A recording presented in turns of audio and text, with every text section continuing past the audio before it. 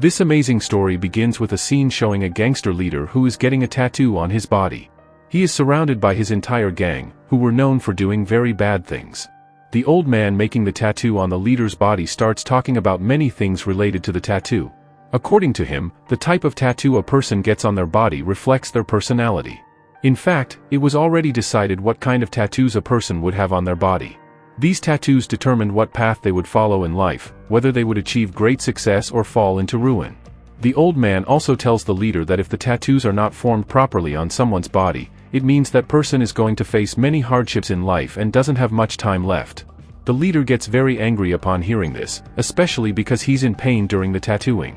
He starts scolding the old man and even threatens to kill him. But the old man, apologizing, insists that he only told the truth. Soon, another gang member brings the leader a letter. When the leader opens the letter, black soil starts falling out of it. No one knows whose soil it is or who sent it. On seeing it, the old man is suddenly shocked and says that he saw the same kind of soil given to someone else many years ago. The old man becomes fearful and avoids mentioning a certain name. He tells the leader clearly that they all need to leave the place immediately. But the leader thinks the old man is crazy and ignores him. Suddenly, the old man reveals a tattoo on his own body that depicts a strange kind of ninja. He seems very scared to even say the ninja's name, but the leader casually says it aloud. Just then, strange sounds start coming from the shadows. Someone begins attacking the gang members with sharp wires, killing one or two of them instantly. Their bodies were completely slashed and they fell dead on the spot. The leader tells the others to get their guns ready to fire back. But the attacker was hiding in the darkness, making it nearly impossible to target them directly. That mysterious being was attacking the leader's men so brutally that they couldn't even comprehend what was happening. One by one, each member was being killed in the blink of an eye, sometimes by an axe, other times with spinning, sharp weapons. Eventually, all the leader's companions were dead.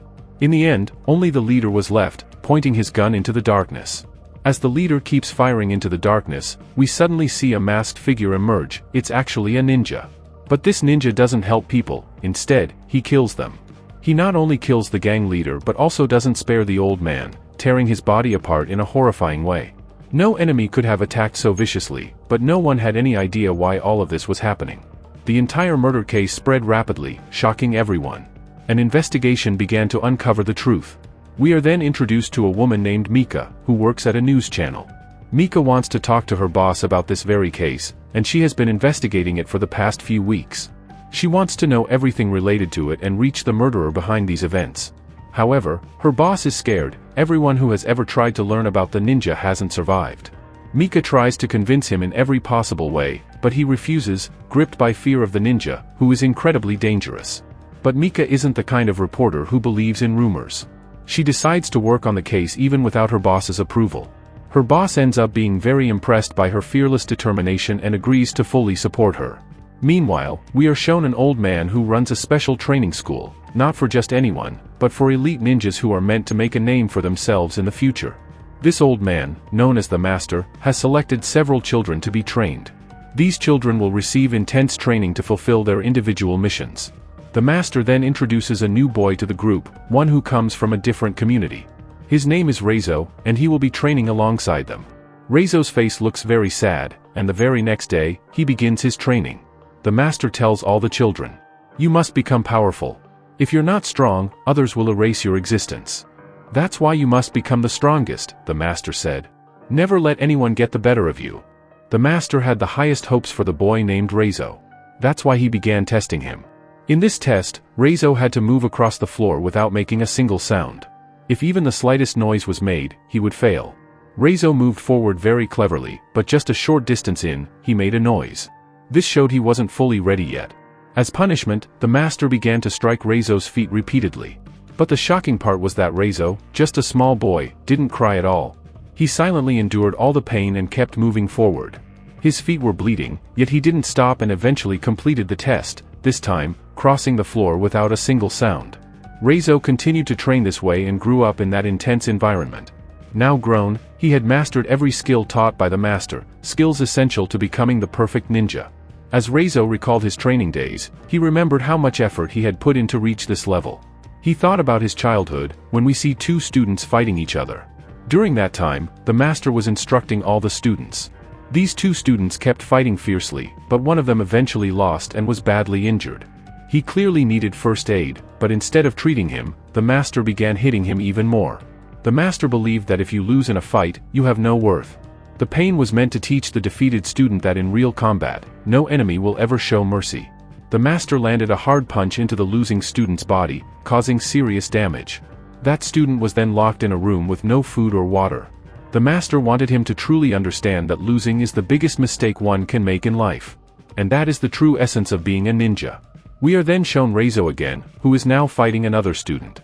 Both are using different weapons. The other student wields a sword, while Razo has a sharp chain that can cut through even the toughest materials. But the most dangerous part of this fight? Both students have blindfolds over their eyes. Both of them had to attack each other using such sharp weapons and still manage to win without getting cut. These types of tasks were considered the most dangerous, and Razo was placed in one of them.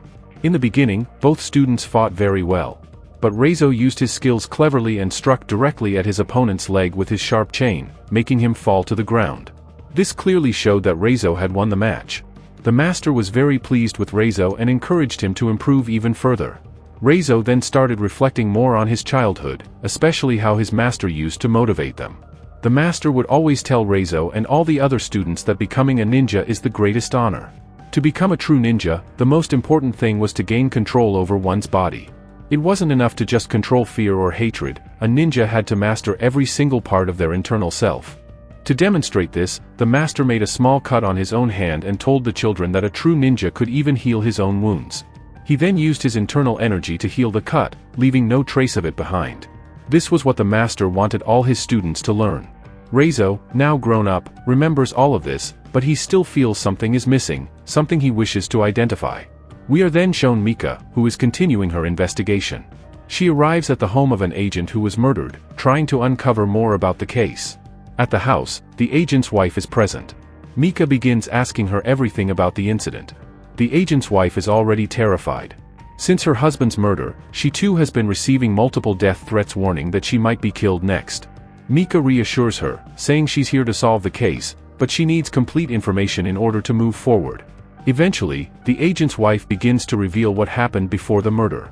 Apparently, her husband's behavior had changed drastically in the days leading up to the incident. He became paranoid, locking all the doors, installing different security alarms, and even setting up cameras in the trees around the house, as if he were preparing for a full military invasion. The next day, a strange man came to visit. He was a young man who sat down with the agent, had a brief conversation, and then left. What direction this will lead to is still unknown. Mika couldn't understand the agent's wife properly, so she started asking about the unknown man who had come to visit. But the agent's wife didn't know anything about him. Then Mika also asked how the agent had died. Apparently, the last time, the agent had started hearing strange noises, so he went outside the house, and at that exact moment, all the electricity went out, plunging everything into darkness. In that darkness, someone attacked the agent and killed him. The report simply stated that he had been attacked with a sharp weapon, but no one could figure out whose weapon it was. Now the agent's wife took Mika to a briefcase in which her husband had hidden a lot of valuable information. She shared it with Mika because she had already asked several police officers and agents to work on the case, but they all refused. Mika was the only brave girl who was genuinely investigating it. When Mika opened the briefcase and examined the different files and information about the agent, she found several pieces of footage. When she played them, Razo was clearly seen circling the house, and it was likely that he had killed the agent on someone's orders. Now Mika began digging deeper into Razo's background and also tried to learn more about the agent's wife. While she was preparing her report, the agent's colleague, named Mike, showed up. He started questioning Mika, asking why she was so interested in this case, saying that there were much bigger cases to cover, and this was just a small one. He also made some comments about Mika and her boss, Moslow, who was an old friend of his. The agent's colleague had tried to find information about Moslow, but Mika clarified that they weren't that close and only met due to work. After all this, Mika went to meet Moslow in the evening and told him everything, how the agent's colleague had tried to dig up information about him.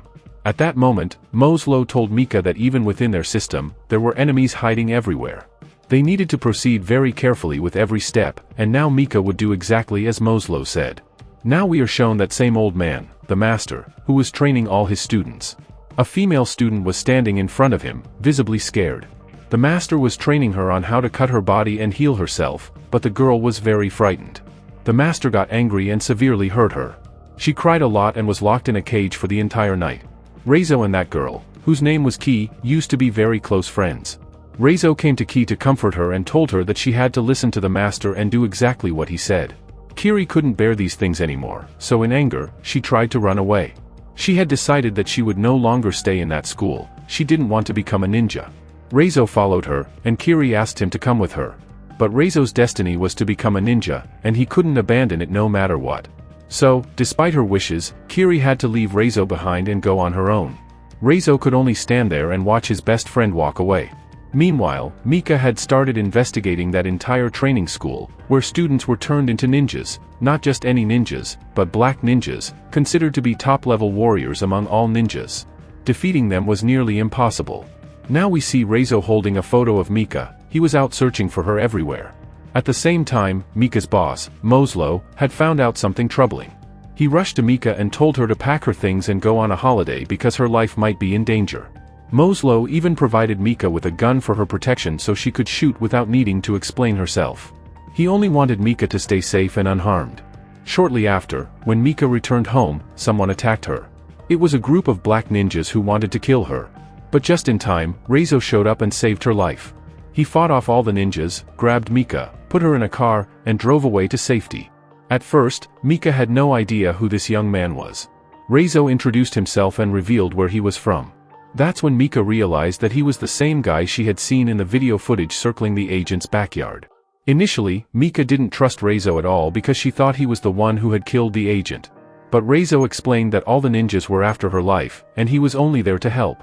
Mika still couldn't understand why he was helping her. There had to be some reason behind it.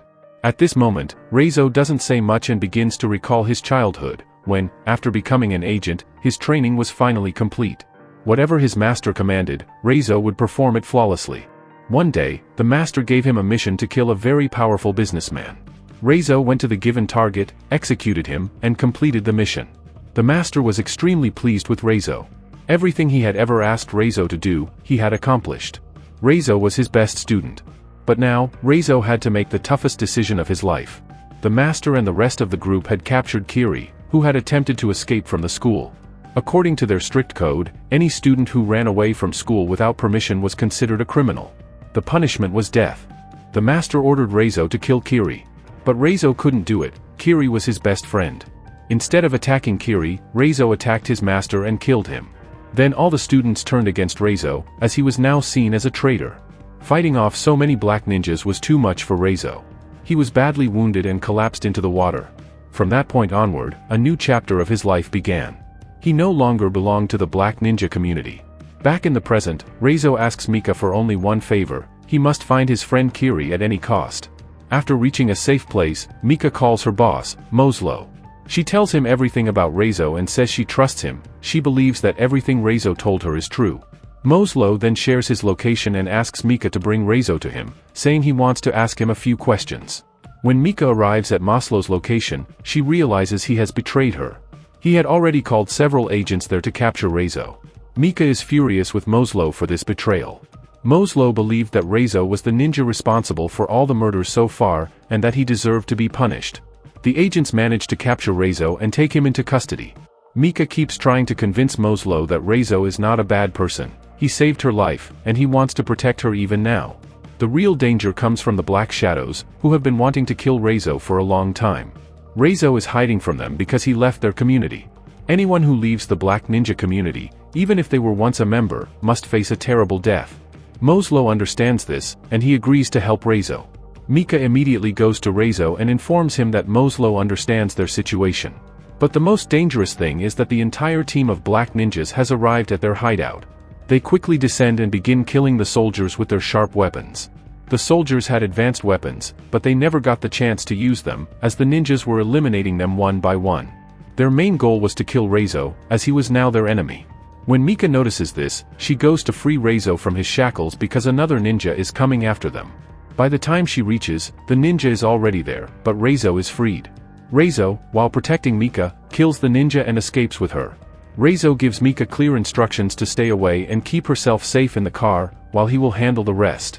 Though Razo was alone, he was incredibly powerful and had defeated ninjas many times before. Right now, he was fighting several ninjas at once, which weakened him considerably. One of the black ninjas was about to kill Razo, but Mika, in a desperate move, hits him with her car, saving Razo's life. The ninjas who were attacking Razo had finished him off, and he was now unconscious. Mika helps Razo and takes him to a safe place. His body was covered with deep wounds, and Mika took care of him. While Razo was unconscious, Mika spoke to him about how much protection he had given her. In today's world, no one does that for anyone else. Although Mika was just a news reporter with a small job, she promised Razo that she would expose the truth about the black ninjas and protect him at any cost. Soon, Moslo and his entire team of soldiers tracked down Mika. They knew Razo must be with her. Mika tells them the truth, saying that a group of black ninjas had come earlier and took Razo back to their base. We are then shown the black ninja team, dragging Razo to their master, whose face had been severely disfigured. Years before Razo's attack, they still wanted revenge on him. If they wanted, they could have killed Razo immediately, but they wanted to prove how much pain Razo could endure, so that in the future, no one would make the same mistake. The master had severely wounded Razo and tied him up, then started inserting his hand into Razo's stomach. The pain was so intense that Razo could hardly bear it. All the black ninjas were watching and enjoying this, but before they could do anything further, a team of military soldiers arrived, armed with advanced weapons, and began attacking the ninjas. The ninjas scattered and moved to different places. Mika arrived and immediately freed Razo. Now, Razo set off to kill his own former companions. The soldiers had bullets, but they couldn't fire properly as the ninjas were moving too fast. Razo entered the place where he had spent his entire childhood training, with a sword in hand, ready for his final battle. In front of him were the same black ninjas who had trained with him. Now, a fierce battle was about to begin. Their speed was so fast that even they couldn't keep up with it. Each ninja had sharp weapons, and Razo skillfully avoided their attacks and struck back. Razo had always been the best in training, and now he was dominating them. One by one, he killed them, and finally, he faced his best friend in combat. They were almost equal in skill, but after leaving the school, Razo had learned new techniques, which he used to defeat his last friend. Razo had wiped out everyone, but the master was still left. No matter how much he fought, he couldn't surpass the master because all his skills had been taught by him. When Razo finally faced his master, they fought, but the master inflicted severe damage on him. He knew Razo's every move and could anticipate his attacks. They traveled to a place where the master used to test his students, a place where silence was required to move forward. As the master silently advanced, Razo destroyed the entire floor. He knew the master was the best at this, so if the floor didn't exist, the master wouldn't be able to sneak up on him. The battle between Razo and the master resumed. At that location, more soldiers had arrived than before, and they had killed all the remaining people. Mika quickly entered with a gun to help Razo. Razo increased his speed, knowing that the master had become old and his movements were not as fast as they used to be. He kept shifting from one spot to another, and when he found the right opportunity, he attacked the master and severed his hand. The master was now incredibly weak. When Mika arrived to help, she discovered that the master had used her as a shield. He attacked her with a sword, knocking her unconscious. Razo didn't miss the chance, immediately stabbing the master with a sword. This time, the master couldn't escape and died right there. The good news was that Mika was still alive. Razo slowly took Mika out and wished for a better life with her. He regretted not listening to his best friend Kiri and not going with her back then. If they had left together, they could have lived a peaceful life. But now, after the destruction of the entire Black Ninja group, Razo had another chance to explore his life. And so, our story ends here.